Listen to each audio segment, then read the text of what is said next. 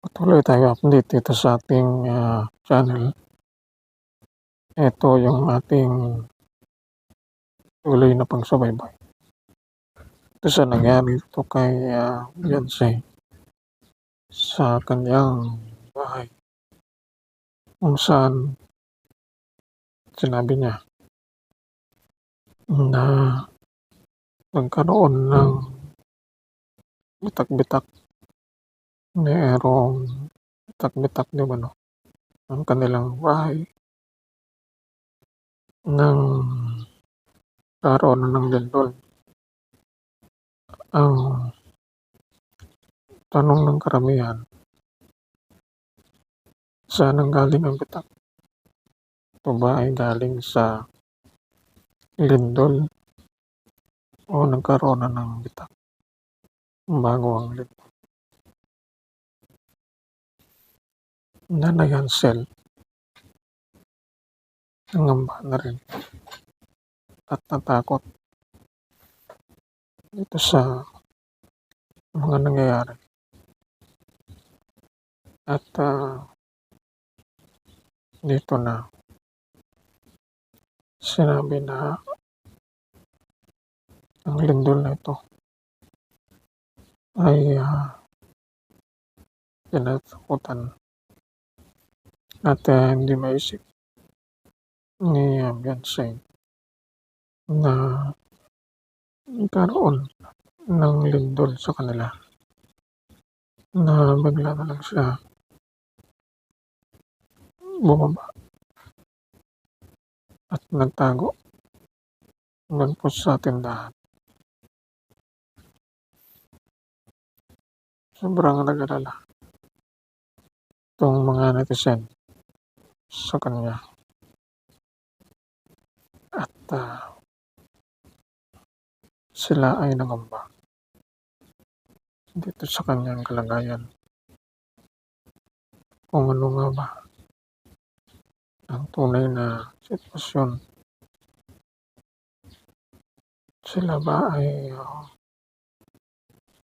safe pa ba yung kanilang tinitirhan? At, ang bitak na ito,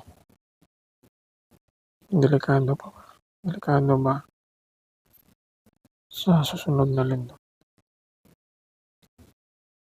Ito yung katanungan na dapat masagot at, magkaroon ng inspeksyon doon po sa kanilang bahay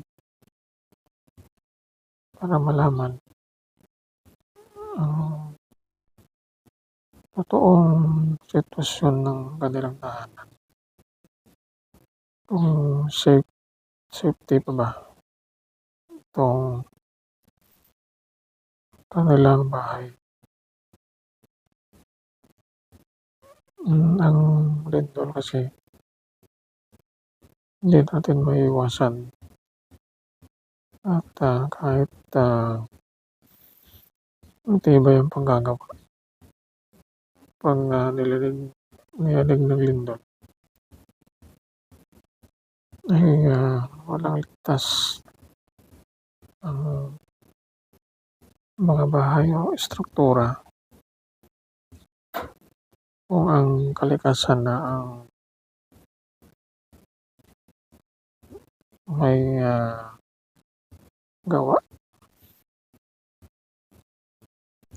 Kaya dito ay, lubhang nag-alala itong mga supporters sa kanilang kalagayan. Kung sila ba ay totoo nasa panganib ang kanilang sitwasyon.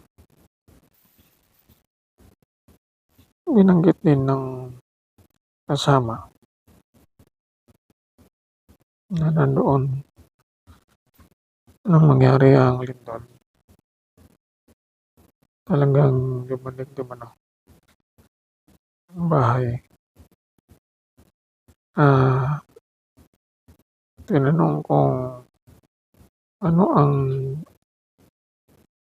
nangyari. at saan natulog itong si Beyonce. Sabi ay nasa tindahan doon na natulog itong si Beyonce. Sobrang nag-alala talaga itong mga supporters sa tunay niyang kalagayan kung ang mama nga niya ay takot din nung nangyari itong lindol. Kaya pinababayan nila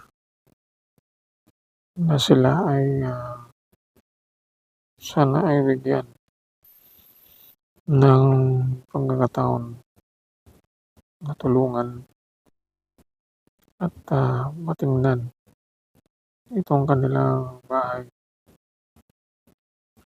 para masigurado yung bitak na binabanggit ni Beyonce ay gaano kalaki at ano ang magiging pinsala nito kung sakaling dumating muli sundot ng kalamidad ng lindol na ito ang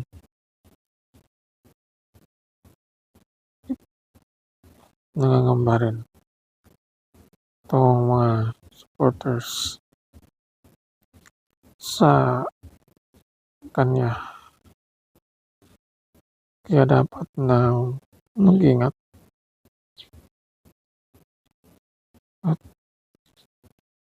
handa itong mga sarili sa panahon ng kalamidad at dapat ay laging nasa lugar na ligtas para hindi mapahamak. Ito ang sinasabi na wala namang sinisisi kung ano man ang mangyari dahil hindi natin maiwasan ng tawag ng kalikasan tulad ng lindol, bagyo, baha, ano pa man. Dapat mag-ingat na lang ang bawat isa sa atin para sa ating